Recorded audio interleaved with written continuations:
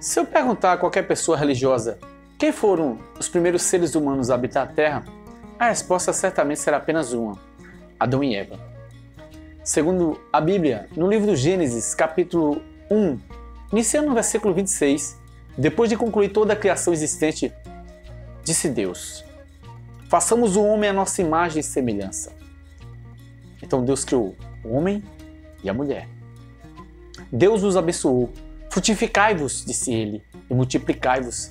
Enchei a terra e submetei-a. Porém, a Bíblia é de muitas formas um livro bastante complicado de se entender. Em certos momentos, ela explica uma coisa para logo em seguida se contradizer. Por isso que se fala que a Bíblia é um livro ambíguo, que desperta dúvidas e incertezas. Se você acha que eu estou falando besteira, vejamos essa famosa passagem que também está no Gênesis, capítulo 4, versículos que vão do 1 ao 17. Adão conheceu Eva, sua mulher, e ela concebeu e deu à luz Caim, e disse: gerei um filho com a ajuda do Senhor. Em seguida, deu à luz Abel, irmão de Caim. Abel tornou-se pastor de ovelhas e Caim lavrador. Passado algum tempo, ofereceu Caim frutos da terra em oferta ao Senhor. Abel, de seu lado, ofereceu dos primogênitos do seu rebanho e das gorduras dele. O Senhor olhou com mais agrado para Abel e para a sua oferenda, e não olhou para Caim, nem para os seus dons. Caim ficou extremamente irritado com isso e o seu semblante tornou-se abatido. O Senhor disse-lhe: por que é que tu está tão irritado, Caim? E por que essa cara emburrada? Se tu andasse praticando bem, certamente não estaria por aí emburrado. Mas se procedes mal, o pecado estará sempre à tua porta, espreitando-te. Cuidado, é preciso que tu te controles e domine esse sentimento mau.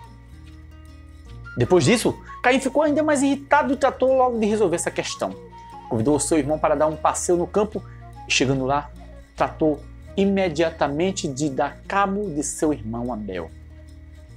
Mais tarde, Deus foi ao encontro de Caim e disse: Caim, cadê o teu irmão Abel? Caim respondeu: eu sei lá. Por acaso eu sou o segurança do meu irmão? Deus disse: que danado tu fez, Caim? Eis que o sangue do teu irmão clama por mim. De agora em diante serás maldito e expulso dessa terra de bem-aventuranças, porque ela abriu sua boca para beber de tuas mãos o sangue do teu irmão. Quando a cultivares, ela te negarás os frutos, e tu serás peregrino e errante sobre a terra. Quando Caim percebeu que o negócio era realmente sério, caiu em si e disse ao Senhor: mas Senhor, o meu castigo é grande demais. Eu não poderia suportar. Se o Senhor me expulsar desse lugar, eu estou perdido. Sinto vergonha só de olhar para o Senhor. Como farei sem os meus pais, sem a sua proteção, meu Deus? O primeiro homem que encontrar-me vai querer me matar. Então Deus disse: pensasse isso antes de fazer a besteira que tu fez. Mas tudo bem, ninguém vai poder matar você. Vou colocar um sinal na tua testa, e todo aquele que te vê saberá que fui eu que fiz esse sinal. E isso servirá como um aviso: todo aquele que atentar contra Caim será punido 7 vezes. Então o Senhor pôs em Caim um sinal para que, se alguém encontrasse, não matasse. Caim retirou-se da presença do Senhor e foi habitar na região de Nod, ao oriente do Éden. Caim conheceu sua mulher. Ela concebeu e deu à luz Enoque. E construiu uma cidade, a qual pôs também o nome de Enoque, em homenagem a seu filho. Nesse ponto existe muita inconsistência que não são explicadas por nenhum padre, pastor ou quem quer que seja. Na verdade, a Bíblia está cheia de passagens assim que muitas vezes passam despercebidas, simplesmente porque ninguém nunca deu uma explicação aceitável ou, no mínimo, razoável. Ora, se Adão e Eva realmente foram os primeiros seres humanos a viver na Terra, então quem eram aqueles homens que Caim tinha tanto medo? E mais, quem foi esse tal de Nod que deu nome à terra onde Caim foi morar após sair do Éden e onde porventura conheceu aquela que se tornaria sua mulher. Ficou curioso, né? Então assista esse vídeo até o fim e descubra a resposta para esse enigmático mistério. Mas antes, deixe seu like, isso é muito importante para o nosso canal. Também peço que, se você ainda não for inscrito no canal, por favor, inscreva-se agora. Eu me chamo Yuri Kissighaninho e você é muito bem-vindo ao canal Fisiologia.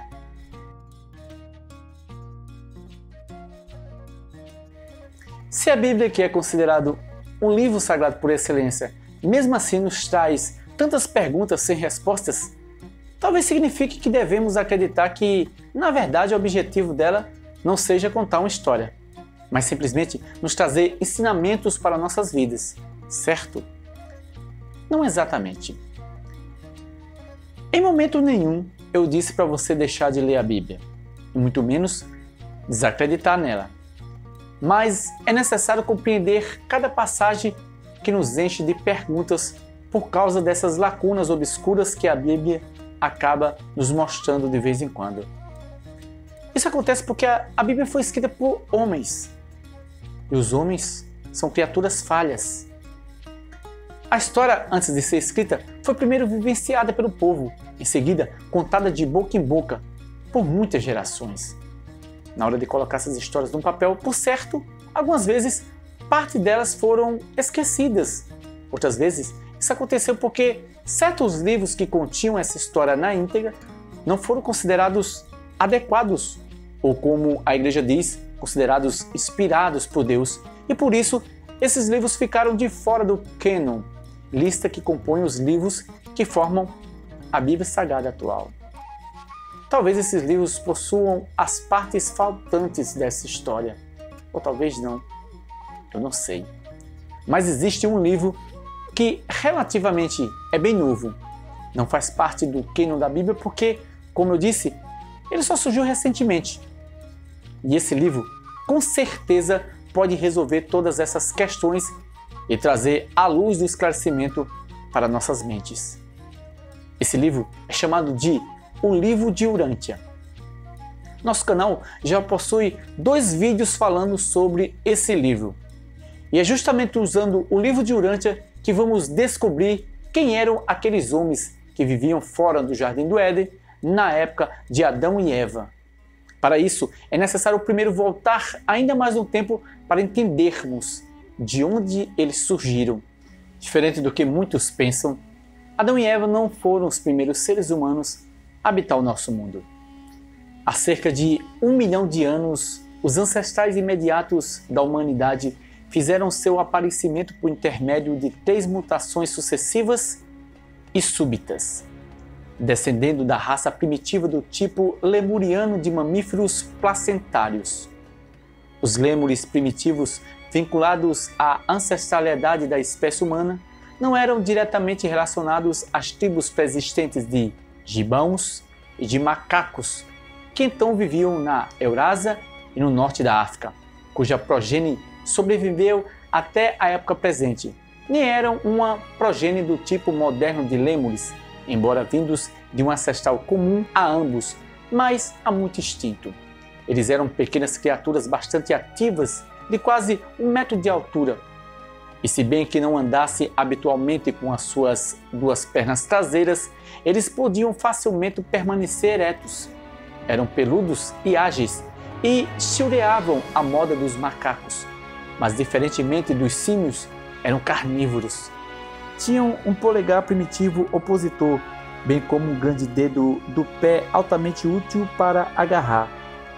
Desde esse ponto em diante, as espécies pré-humanas desenvolveram sucessivamente o polegar opositor na medida em que perderam progressivamente o poder de agarrar no grande dedo do pé. Esses mamíferos percussores atingiam o crescimento pleno aos 3 ou 4 anos de idade, tendo uma longevidade potencial média de cerca de 20 anos. Em geral, a sua progenie constituía-se de um único filho, embora gêmeos também nascessem ocasionalmente. Os membros dessa nova espécie tinham os maiores cérebros em relação ao seu tamanho entre todos os animais que haviam até então existidos na Terra. Eles experimentaram muitas emoções e compartilhavam numerosos instintos que mais tarde caracterizaram os homens primitivos. Sendo altamente curiosos e demonstrando uma alegria considerável quando tinham êxito em qualquer ação. O apetite pelos alimentos e o desejo sexual era bem desenvolvido, e uma seleção sexual bem definida era manifestada em uma forma tosca de cortejo e de escolha dos companheiros. Eles lutaram ferozmente em defesa dos seus companheiros e eram bastante ternos em associação de família, possuindo um senso de abnegação e de humildade que beirava a vergonha e o remorso. Eles eram muito afetivos e leais em relação aos seus parceiros, de um modo tocante, mas caso a circunstância os separasse, eles escolheriam novos parceiros. De estatura pequena e mente aguçada para avaliar os perigos do seu habitat na floresta, eles desenvolveram um medo extraordinário que os levou àquelas sábias medidas de precaução que contribuíram tão enormemente para a sua sobrevivência, tais como a construção de toscos abrigos que faziam nos topos altos das árvores, o que eliminava muito dos perigos da vida no nível do solo. O começo das tendências para o medo que a humanidade possui data bem especificamente desses dias. Esses mamíferos precursores desenvolveram um espírito tribal como nunca antes existira. Eles eram de fato altamente gregários, sendo no entanto excessivamente agressivos quando, de algum modo, perturbados nas buscas comuns de suas vidas rotineiras, e demonstravam temperamentos furiosos se a sua raiva fosse totalmente despertada. As suas naturezas beliçosas, contudo, serviram a um bom propósito. Grupos superiores não hesitavam em fazer guerras a seus vizinhos inferiores, e assim, por meio da sobrevivência seletiva, a espécie foi melhorando progressivamente. Muito cedo, esses lêmures dominaram a vida das criaturas menores da região e pouquíssimas das tribos mais antigas dos símios não carnívoros sobreviveram. Esses agressivos pequenos animais multiplicaram-se e espalharam-se pela península da Mesopotâmia durante mais de 1000 anos, aperfeiçoando-se constantemente. Exatamente 60 gerações depois que essa nova tribo havia sido originada do mais elevado tipo do ancestral lemuriano, chegou a próxima época do desenvolvimento. Certo dia, em determinada habitação no topo de uma árvore, de um casal superior dessas criaturas ágeis, nasceu 2 gêmeos, um masculino e um feminino. Comparados aos seus ancestrais, eles eram realmente 2 belas pequenas criaturas. Tinham pouco pelos nos seus corpos, mas isso não era uma desvantagem grande, pois eles viviam em um clima quente e uniforme. Esses filhos cresceram até a altura de um pouco mais de 1,20 m e, sob todos os pontos de vista, eram maiores do que seus pais, tendo pernas mais longas e braços mais curtos. Possuíam polegares quase perfeitamente opositores, quase tão bem adaptados aos trabalhos diversificados quanto o polegar humano atual. Caminhavam eretos, tendo pés quase tão bem adaptados para andar quanto as raças humanas posteriores.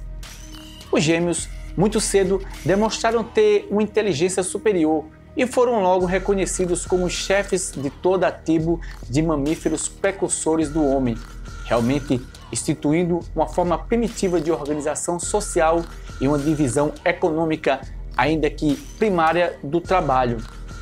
Esses irmãos acasalaram-se e em breve desfrutaram da sociedade de 21 filhos, muito semelhantes a eles próprios, todos de mais de 1,20 m de altura e sob todos os pontos de vista superiores à espécie ancestral deles. Esse novo grupo formou o núcleo dos mamíferos intermediários. Quando a população nesse grupo novo e superior cresceu, a guerra de um modo implacável irrompeu. Então, quando a luta terrível estava terminada, nenhum único indivíduo da raça persistente e ancestral dos mamíferos precursores havia permanecido vivo. E então, por quase 15.000 anos, 600 gerações, tal criatura tornou-se o terror dessa parte do mundo. Todos os animais, grandes e ferozes dos tempos anteriores haviam desaparecido. Os grandes animais nativos dessa região não eram carnívoros, e as espécies maiores da família dos felinos, os leões e os tigres, ainda não haviam invadido esse lugar recôndito particular, abrigado da superfície da terra. E por isso, esses mamíferos intermediários fizeram-se valente e subjugaram tudo o que estava no seu setor de criação. Comparados à sua espécie ancestral, os mamíferos intermediários eram mais aperfeiçoados em todos os sentidos. Até mesmo a duração do seu potencial de vida tornou-se mais longa, sendo de aproximadamente 25 anos. Inúmeros traços humanos rudimentares surgiram nessa nova espécie. Além das propensões inatas demonstradas pelos seus ancestrais, esses mamíferos intermediários eram capazes de demonstrar o desgosto em algumas situações repulsivas. Eles possuíam também um instinto bem definido para criar reserva. Eles escondiam a comida para o uso posterior e eram muito dados a colecionar cheixos redondos e lisos e certos tipos de pedras arredondadas, que se adequavam bem para servir de munição, defensivas e ofensivas. Esses mamíferos intermediários foram os primeiros a demonstrar uma propensão definida para a construção, como fica evidenciado pela rivalidade que tinham quanto a construir tanto as suas casas nos topos das árvores, quanto os abrigos subterrâneos de muitos túneis. Eles foram a primeira espécie de mamífero a buscar a segurança de abrigos nas árvores e nos subterrâneos. Eles renunciaram à vida nas árvores, em grande parte como locais únicos de abrigo, vivendo no chão durante o dia e dormindo no topo das árvores à noite. Com o passar do tempo, o aumento natural do número deles finalmente resultou em uma competição séria pela comida e uma rivalidade por causa do sexo. E tudo isso culminou em uma série de batalhas destrutivas que quase aniquilou toda a espécie. Essas lutas continuaram até que apenas um grupo de menos de 100 indivíduos permaneceu vivo. Uma vez mais, porém, a paz prevalecia. Dificilmente nós conseguiríamos imaginar a margem pequena pela qual os nossos ancestrais pré-humanos, de tempos em tempos, puderam escapar da extinção. Tivesse a rã ancestral de toda a humanidade pulado 5 centímetros a menos em certa ocasião, e todo o curso da evolução teria sido profundamente alterado. A mãe lemuriana imediata da espécie dos mamíferos precursores escapou da morte por um fio não menos do que 5 vezes antes de dar nascimento ao pai da nova e mais elevada ordem dos mamíferos. Contudo, o que aconteceu de mais próximo do fim foi quando o relâmpago atingiu a árvore no qual a futura mãe dos gêmeos primatas estava dormindo. Ambos os mamíferos intermediários progenitores ficaram severamente abalados e seriamente queimados. 3 dos seus 7 filhos foram mortos por esse golpe vindo dos céus. Esses animais em evolução eram quase que supersticiosos. O casal cujo lar no topo de uma árvore havia sido golpeado eram realmente líderes do grupo mais adiantado da espécie de mamíferos intermediários. E seguindo o exemplo deles, mais da metade da tribo, abrangendo as famílias mais inteligentes, mudou-se para uma localidade afastada e começou a construção de novas moradas nos topos das árvores e de novos abrigos terrestres. Logo depois de terminar a sua casa, essa dupla veterana de tantas lutas viu-se como progenitora orgulhosa de gêmeos, os mais interessantes e importantes animais que jamais nasceram no mundo até aquela época, pois foram eles os primeiros da nova espécie de primatas que constituiu o próximo passo vital da evolução pré-humana.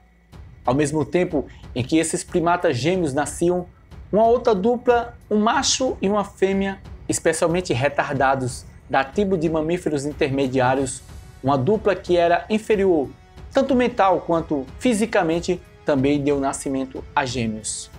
Esses gêmeos, um macho e uma fêmea, eram indiferentes às conquistas, estavam eles preocupados apenas em obter comida, e já que não comiam carne, logo perderam todo o interesse em ir procurar presas.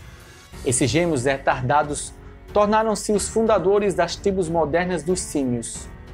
Os seus descendentes buscaram as regiões sulinas mais quentes, com seus climas suaves e abundantes de frutas tropicais.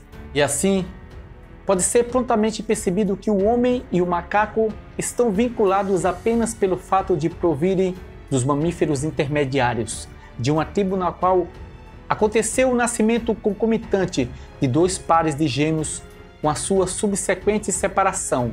O pai inferior destinou-se a produzir os tipos modernos de macacos, babuínos, chimpanzés e gorilas, enquanto o par superior ficou destinado a continuar a linha de ascensão que evoluiu até o próprio homem. O homem moderno e os símios vieram da mesma tribo e espécie, mas não dos mesmos pais. Os ancestrais do homem descenderam da linhagem superior dos remanescentes selecionados dessa tribo de mamíferos intermediários, enquanto os símios modernos, excetuando certos tipos persistentes de lêmures, gibões, macacos e outras criaturas do mesmo gênero, são descendentes do casal inferior desse grupo de mamíferos intermediários. Remontando agora ao nascimento dos gêmeos superiores, esses dois bebês eram de uma ordem inusitada. Tinham ainda menos pelos nos seus corpos do que os seus pais, e ainda muito jovens insistiam em andar eretos. Os seus ancestrais já haviam aprendido a andar com as pernas traseiras, mas esses primatas gêmeos permaneceram eretos desde o princípio. Eles atingiram uma altura de mais de 1,5 m. Se bem que houvesse aprendido desde muito cedo a se comunicar um com o outro por meio de sinais e de sons, eles nunca foram capazes de fazer o seu povo compreender esses novos símbolos. Quando tinham cerca de 14 anos de idade, eles fugiram da tribo, indo para o oeste, para criar sua própria família e estabelecer a nova espécie de primatas. Os primatas eram mais humanos e menos animais do que os seus predecessores mamíferos intermediários. A proporção do esqueleto dessa nova espécie era muito semelhante à das raças humanas primitivas. Os tipos de mão e de pé humanos haviam se desenvolvido plenamente, e essas criaturas podiam andar e mesmo correr tão bem quanto qualquer dos seus descendentes humanos posteriores.